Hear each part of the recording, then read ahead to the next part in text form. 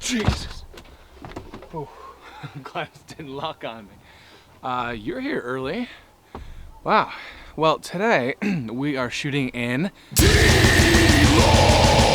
with the Mavic Pro. Now, a couple weeks ago when I did the review, I said that D-Log kind of introduced a lot of grain to the image, but I thought it's such a nice day that maybe I'll give it another chance. So, without any further ado, let's go! So here I am at that same park I love to go to, and you'll see that I'm in the DJI Go app, and we have to go into the camera settings, color, and D-Log. So a little bit about D-Log. What it does is it kind of increases the dynamic range of the camera, or at least in theory it's supposed to. It also flattens the image in terms of saturation and contrast, so that later on the computer you can add that back in a way that you feel fit. There's a lot more post-production flexibility when you shoot in log. So as you see, we can add that saturation, that contrast back in, and we can really get some cool looks out of it. The shadows can be lifted up just a little bit, and we have detail in the highlights and the shadows that we may not have had before. So in general, it can make things look really, really good. But blue sky and small patterns like grass or maybe trees sometimes pose a little bit of an issue. And you can see here in the sky, the tree. It almost looks like it's got ice on it or something. There's this white halo around the branches.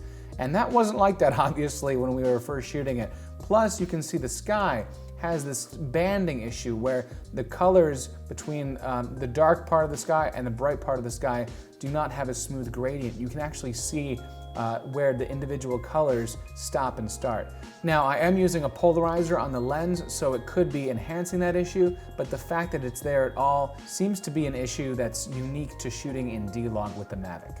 So anyway, let's kind of take this camera into a couple other scenarios that maybe don't include so much sky, because I'm willing to bet that we can get some good shots in other environments. If you guys want to try your hand at editing some D-Log footage, I will include a couple of these clips in their original format as a download link in my video description.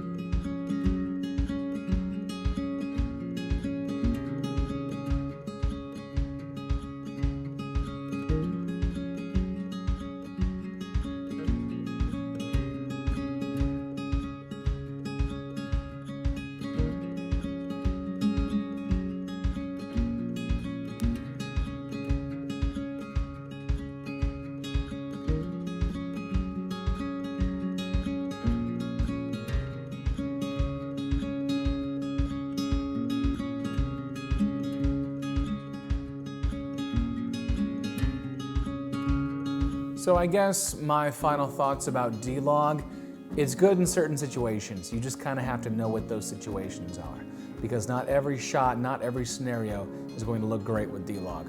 The same settings where you would shoot normally maybe don't apply to when you're shooting in D-Log, and you might actually have to bump up those settings just a little bit, or maybe even bump them down in terms of exposure. So all I can say is practice with it, and you'll know what kind of settings work for you. All right, that's pretty much it, guys. Check the video description, because I am gonna upload a couple of these clips to Dropbox for you guys to download, and you can kind of process in Premiere or Final Cut or whatever suite you use. Also, check out edricker.com. You can find a discount for the Drone Pilot Ground School, as well as a bunch of different links to all my favorite equipment. If you like the video, like and subscribe, and until next time, I'll see you later.